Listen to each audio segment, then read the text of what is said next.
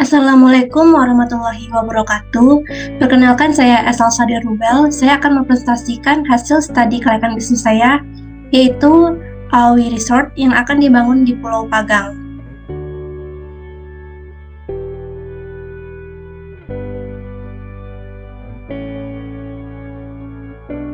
Nah, adapun konten dari hasil studi kelayakan bisnis saya ini, yang pertama ada pendahuluan, yang kedua ada aspek pasar dan pemasaran, yang ketiga ada aspek teknis dan teknologi, yang keempat ada aspek hukum dan legalitas, yang kelima ada aspek manajemen dan sumber daya manusia, dan yang keenam ada aspek sosial, ekonomi, dan lingkungan. Nah, kita masuk dulu ke bagian yang pertama, yaitu bagian pendahuluan.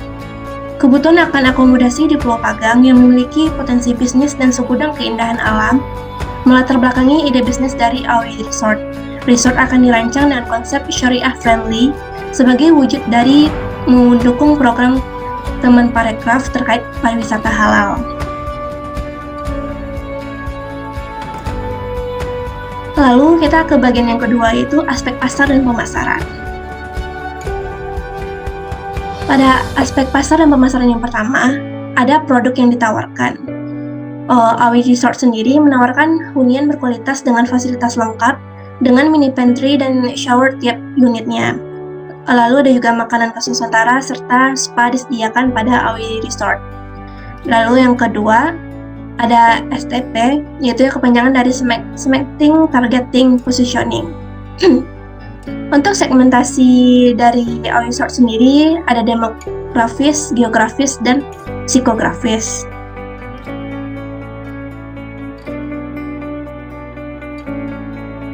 Nah, untuk segmentasi demografisnya, Awi Resort tertuju kepada calon pengunjung dengan kelas menengah ke atas yang memiliki kemampuan yang cukup untuk memilih tempat berlibur dan memiliki profesi sehari-harinya, yaitu sebagai pekerja kantoran yang berada di pusat kota. Dan untuk umurnya sendiri, pengunjung Awi Resort ditagarkan untuk semua umur selagi mempunyai kemampuan untuk memperolehnya. Lalu untuk segmentasi geografis, Awi Resort nantinya akan berlokasi di Pulau Pagang yang memiliki pantai biru yang belum terkontaminasi. Pulau Pagang sendiri berlokasi tidak jauh dari pusat kota Padang dan pinggir Kabupaten Pesisir Selatan. Lalu untuk psikografisnya, Awi Resort ditujukan kepada konsumen yang memiliki gaya hidup modern yang menjadikan liburan sebagai gaya hidup mereka. Lalu yang kedua ada targeting. Seperti yang dijelaskan sebelumnya di demografis, maka targetnya adalah pekerja kantoran lokal dan wisatawan asing dari negara Islam yang memiliki pendapatan menengah ke atas dengan liburan sebagai kebutuhan hidup.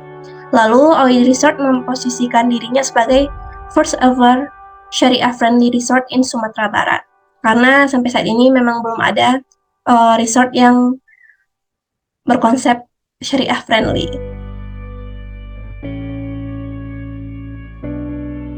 Lalu kita masuk ke dalam bagian yang ketiga, yaitu perkembangan permintaan pasar dan prospeknya. Dengan dicabutnya PSBB serta dibukanya kembali perbatasan wilayah baik nasional dan internasional, menjadi kembali membaiknya jumlah kamar hotel bintang dan kamar hotel non-bintang yang terjual di Provinsi Sumatera Barat. Lalu kita lakukan perhitungan proyeksi permintaan tahun 2023 dengan metode Least Square dan bersumber data dari Badan Pusat Statistik Provinsi Sumatera Barat atau BPS terkait total kamar hotel bintang dan kamar hotel non-bintang yang terjual dari tahun 2017 hingga 2021. Setelah digunakan rumus dari Least Square ini, maka didapatkan proyeksi permintaan tahun 2023 yaitu sebanyak 17.214 kamar yang terjual.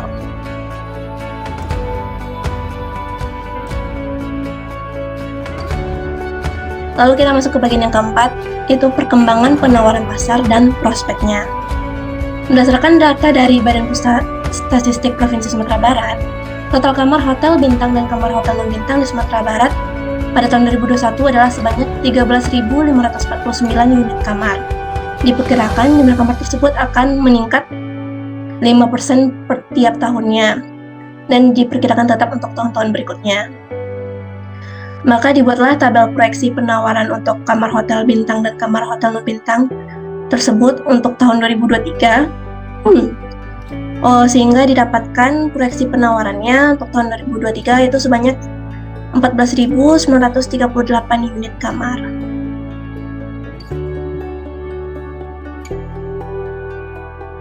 Bagian yang kelima yaitu market space.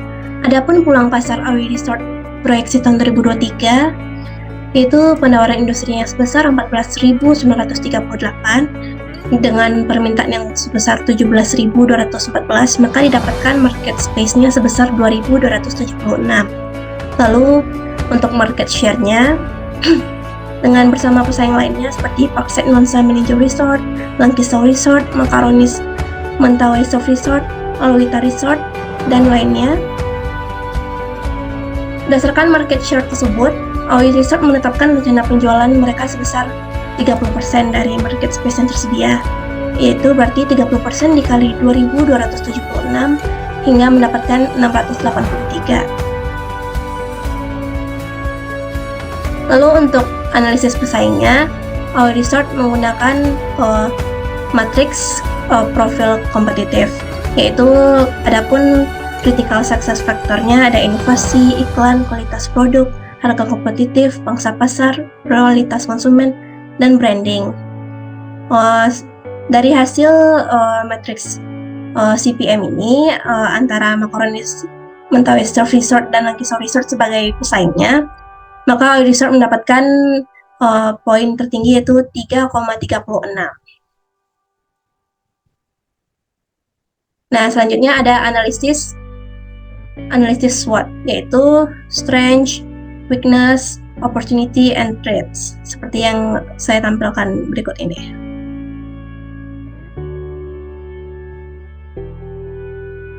Lalu kita masuk ke dalam strategi pemasaran dari Aoi Resort.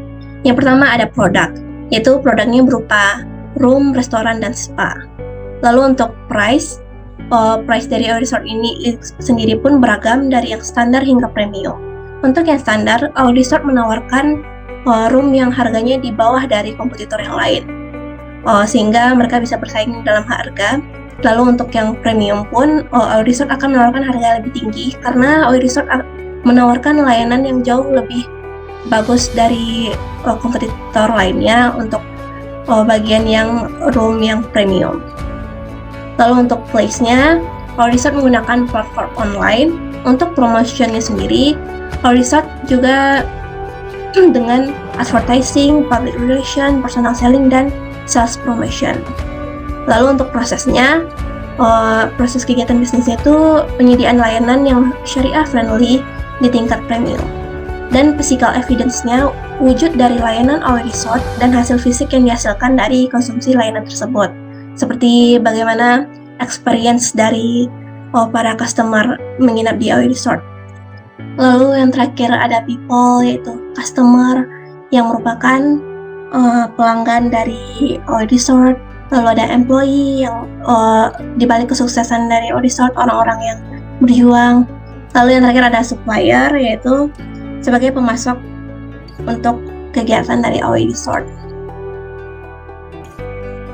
Lalu adapun keputusan strategi dari Aoi Resort memposisikan dirinya sebagai market challenger dengan indirect attack sebagai satu-satunya resort di Sumatera Barat yang mengusung resort dengan konsep syariah friendly. Lalu untuk strategi full frontal attack-nya, yaitu dengan menawarkan akomodasi kualitas sedang dengan harga yang jauh lebih murah dibanding kompetitor lainnya, dan harga yang jauh lebih mahal untuk kamar akomodasi dengan kualitas tingkat teratas dengan kelebihan-kelebihan yang jauh lebih baik dibandingkan kompetitor tersebut.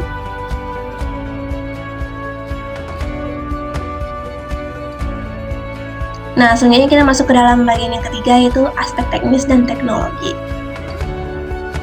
Nah, bagian yang pertama ada tanah dan lokasi. Untuk faktor utamanya yaitu pemilihan lokasi berdasarkan lokasi yang strategis, seperti lokasi berada di antara dua kota, yaitu Kota Padang dan Kota Painan.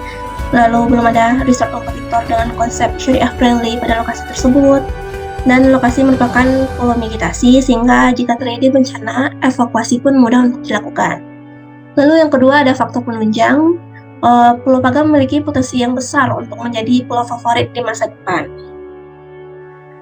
Lalu yang ketiga, untuk metode penilaiannya, penilaian lokasi dengan metode pemeringkatan faktor atau penilaian hasil.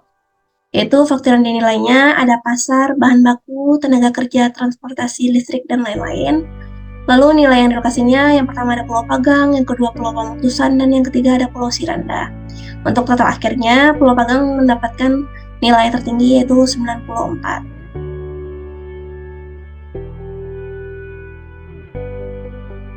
Nah, untuk bagian keduanya, produk dari AOE Resort akan dibuat berupa resort dengan konsep cottage masing-masing unitnya sesuai dengan tipe dan jenis unit, dan satu bangunan utama resort sebagai pusat bisnis dan pelayanannya.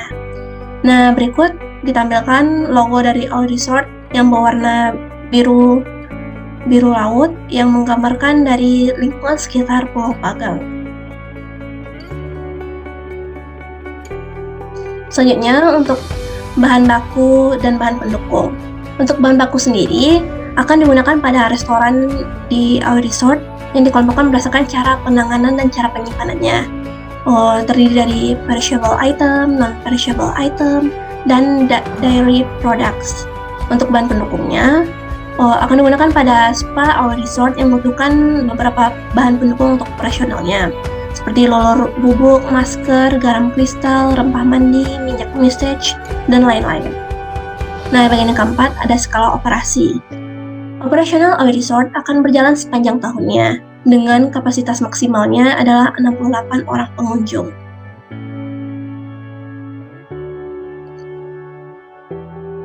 Nah, untuk proses produksi dan layout bangunannya sendiri, untuk proses produksinya AOE Resort terdiri dari alur check-in baik secara online maupun manual, dan ada juga alur check-out-nya. Lalu yang kedua ada layout bangunan yang seperti saya tampilkan berikut ini, dan ada kode-kodenya seperti A, B, C, D, dan seterusnya, dan 1 sampai 18 menggambarkan layout dari AOE Resort beserta keterangannya. Nah, untuk yang bagian A menggambarkan bangunan utama atau pusat bisnis dan layanan yang saya jelaskan sebelumnya, dan lalu untuk 1 sampai 18 menggambarkan unit-unit dari produk AOE Resort sendiri, dan untuk B sampai H itu kelengkapan dari operasional AOE Resort.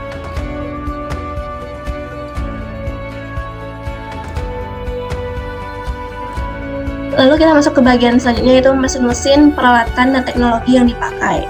Mesin yang dibutuhkan pada AOE Resort terdiri dari untuk kebutuhan dari restorannya, itu ada mesin pemasak makanan, pengolah bahan makanan, dan mesin minuman.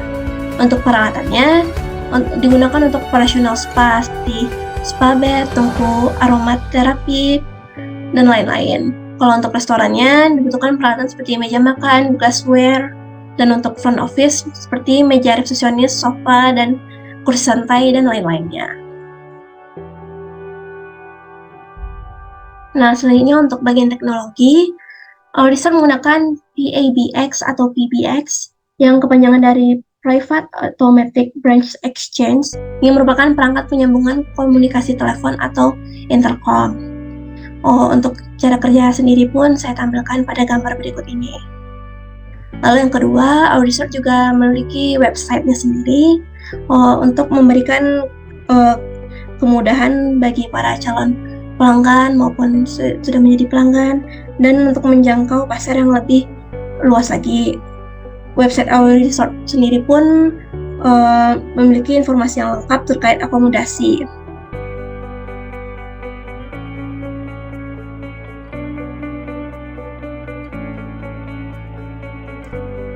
Nah, untuk bagian yang selanjutnya itu G, prasarana umum. Beberapa prasarana yang terdapat di AOE Resort seperti Pontun Jati Arrival untuk kedatangan customer, ada tempat ibadah, wisata edukasi biota laut, dan taman publik atau gazebo untuk bersantai. Untuk fasilitas penunjangnya, AOE Resort memiliki free snack untuk setiap customer yang melakukan check-in, tersedianya dom karyawan untuk kenyamanan karyawan dari AOE Resort sendiri, dan tersedia jaringan listrik serta air yang bersih meskipun berada di sebuah pulau. Untuk kendaraannya, kendaraan untuk mengangkut bahan material pembangunan akan menggunakan jasa pengiriman seperti perahu atau vendor lainnya. kapal feri penumpang untuk membawa pengunjung, dan untuk memudahkan kegiatan operasional dari OI Resort menggunakan mobil ATV agar hemat tenaga dan waktu.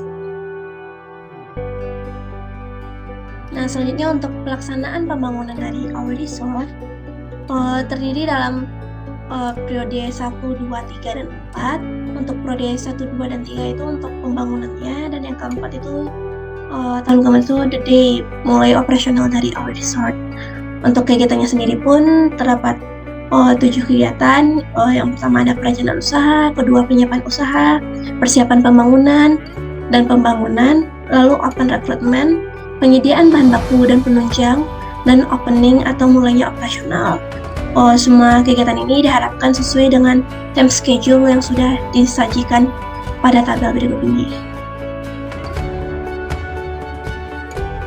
Nah, untuk pengoperasian usahanya, proyeksi pelayanan dari OI Resort pada hari biasa diprediksi hanya mencapai 60% dari pelayanan tersedia.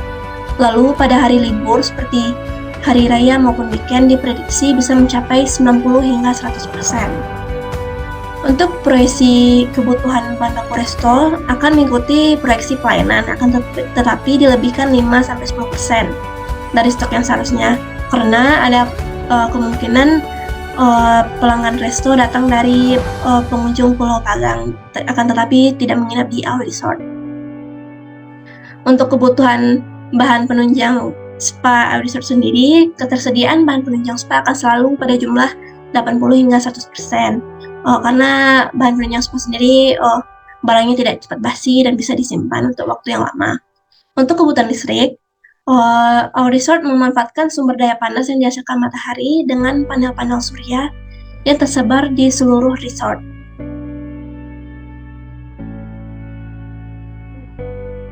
Nah, kita masuk ke bagian yang keempat, yaitu aspek hukum dan legalitas. Yang pertama, bentuk badan hukum, yaitu badan hukum OI Resort nantinya akan berbentuk perseroan terbatas atau PT. Perusahaan akan dinamakan PT OI Group, yang diharapkan nantinya bisa mengembangkan bisnis yang lebih besar lagi, tidak hanya di bidang resort, spa, dan resto saja.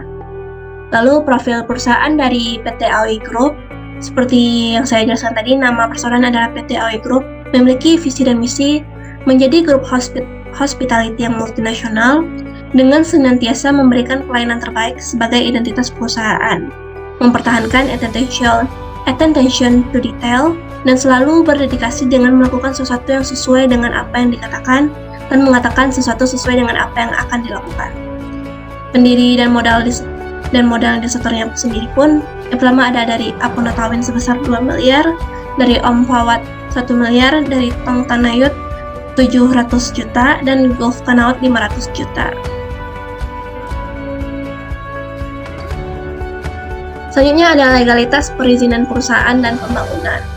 Untuk legalitas perusahaan sendiri pun dibutuhkan kartu tanda penduduk, akta pendirian, tanda pendaftaran perusahaan PT, NPWP badan PT, dan nomor izin berusaha.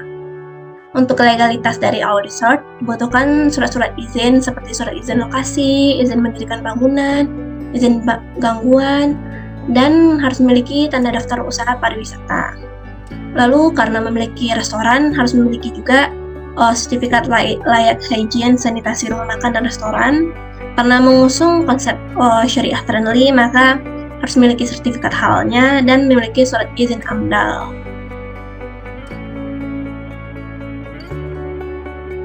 Nah, kita masuk ke bagian yang kelima, yaitu aspek manajemen dan sumber daya manusia.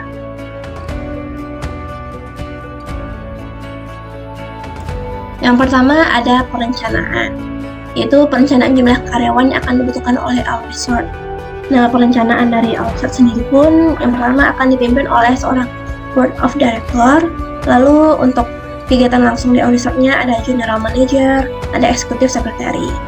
Lalu untuk unit-unitnya sendiri pun nanti akan ada finance manager, sales marketing manager, human resource manager, front office manager, executive housekeeping, spa manager, food and beverage manager, dan chief engineering. Itu masing-masing satu orang. Lalu akan memiliki bawahan-bawahannya sesuai dengan job desk yang mereka miliki masing-masing. Lalu untuk struktur organisasinya pun, hierarki dalam sebuah organisasi yang dengan tujuan menetapkan cara sebuah organisasi dapat beroperasi dan membantu auditor dalam mencapai tujuan yang telah ditetapkan di masa depan. Yang memiliki yang seperti yang saya sebutkan tadi, yang paling atas ada board of director, lalu dibawahi dengan general manager. General manager ini yang akan mengontrol langsung dari kegiatan auditor yang didampingi dengan eksekutif sekretari dan memiliki bawahan-bawahan yang sebagai pemimpin dari tiap divisi tanggung jawabnya. Nah, untuk jabatan dan job desk-nya sendiri pun untuk auditor sudah dijelaskan penjabaran kerjanya, jabatannya, dan hingga mana tanggung jawab masing-masing mereka. Untuk job spesifikasinya pun yaitu kualifikasi minimum yang diperlukan untuk melakukan pekerjaan sesuai dengan job desk yang diminta, sehingga seorang pekerja tersebut mengerjakan sesuatu yang sesuai dengan kemampuannya dan sesuai posisinya.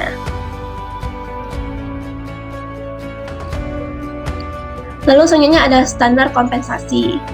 Auditor memberikan kompensasi berupa gaji, bonus, dan akomodasi tempat tinggal. Pemberian kompensasinya pun sesuai dan layak dengan kinerja yang sudah diberikan oleh karyawan, hingga dapat menjadi motivasi agar selalu terjaganya kualitas dari sumber daya manusia auditor. Untuk proses rekrutmennya ada memiliki beberapa tahapan. Yang pertama ada seleksi administrasi, yaitu penilaian latar belakangan pendidikan, pengalaman kerja, dan skill yang dimilikinya. Yang kedua ada tes kemampuan, itu menyaring pelamar dengan dasar keterampilan dan kemampuan yang berkaitan dengan posisi yang dilamarnya. Lalu yang ketiga interview, yaitu pertanyaan-pertanyaan seputar pengalaman kerja, kegiatan sehari-harinya, dan juga seputar potensi diri dari calon karyawan. Lalu yang keempat ada tes kesehatan kemampuan fisiknya, yaitu dapat memastikan keselamatan karyawan sehingga dapat terjaga kesehatan dari karyawan tersebut dan sesuai dengan kemampuannya. Dan yang terakhir ada interview akhir, yaitu diskusi kesepakatan mengenai range gaji, uang lembur, jaminan kesehatan, dan sebagainya.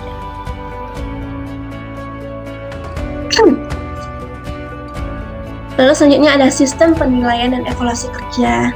Untuk penilaian kinerja dari auditor berorientasi dari masa lalu, yaitu dengan metode peninjauan lapangan. Lalu ada pendidikan dan pelatihannya. Untuk setiap sumber daya manusia di auditor akan dilatih dengan seperti skill training, team training, cross functional training, language training, dan teknologi training. Lalu untuk demosi dan promosinya, demosi itu punishment kepada karyawan yang kualitas kerjanya tidak maksimal, dan promosi untuk reward kepada karyawan auditor yang konsisten dan maksimal dalam melakukan tugasnya. Lalu ada pemutusan hubungan kerja. Hal ini bisa terjadi karena karyawan tersebut telah melakukan pengkhianatan kepada auditor yang dapat mengancam profitabilitas atau keuntungan dari bisnis auditor. Dan juga bisa terjadi karena setelah selesainya hubungan kerja seperti karyawan kontrak. Dan yang terakhir terjadi karena auditor mengalami kebangkrutan.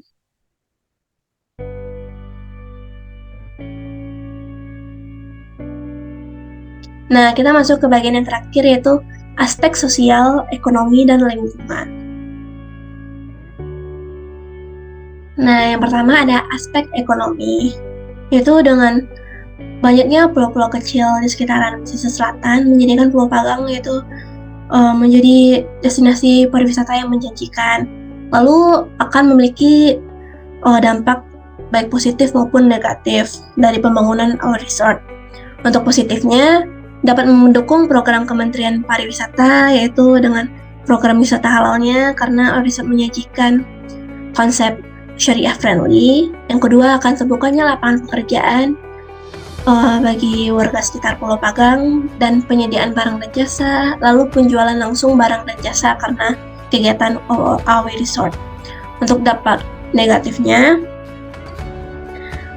yang pertama itu mendorong mobilitas warga, yaitu warga akan ke daerah AW Resort dan sehingga terjadinya peningkatan persaingan tenaga kerja, lalu dapat juga menciptakan kesenjangan ekonomi dan dapat menaikkan harga barang-barang di wilayah Pulau Pagang. Lalu yang kedua, aspek sosial. Dengan adanya our resort di Pulau Pagang dapat berbagai macam bentuk dampak terhadap kehidupan masyarakat di sekitaran Pulau Pagang. Nah, untuk dampak positifnya dapat memperluas wawasan dan cara pandang masyarakat. Yang kedua, lebih kenal dengan perkembangan teknologi modern sekarang. Dan yang ketiga, pilihan lapangan pekerjaan pun bertambah. Sehingga warga-warga di sekitar Pulau Pagang tidak hanya terpacu ingin menjadi nelayan, tapi ada juga pilihan pekerjaan lainnya. Untuk dampak negatifnya, dapat menimbulkan kompetisi di antara anggota masyarakat Pulau Pagang, lalu suatu waktu dapat menimbulkan kepadatan manusia seperti libur panjang atau musim liburan. Lalu yang ketiga ada perubahan moral dan tata nilai masyarakat Pulau Pagang. Yang terakhir yaitu aspek lingkungan.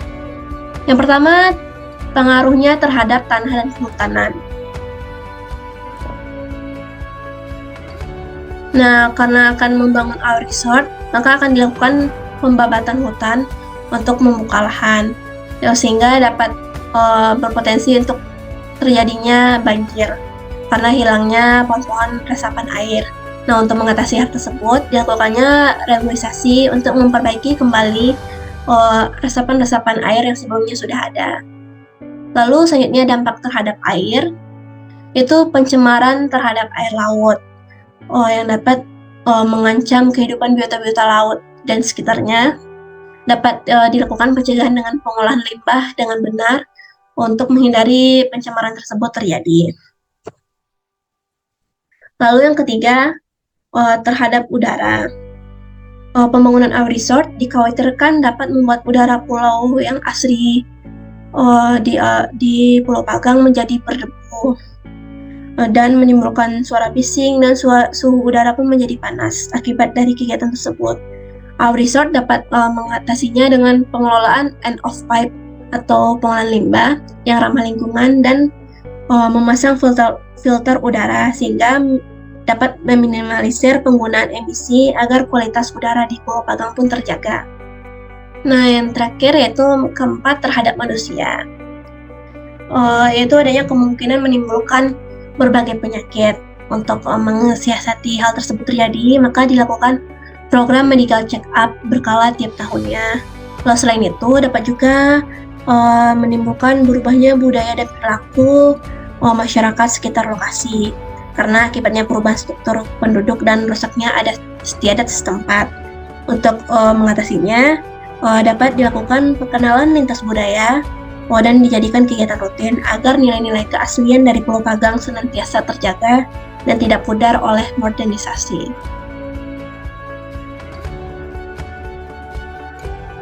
Baiklah, sekian penjelasan hasil dari studi kelayakan bisnis saya, yaitu our resort yang akan dibangun di Pulau Pagang. Mohon maaf apabila ada kesalahan. Terima kasih atas perhatiannya. Assalamualaikum warahmatullahi wabarakatuh.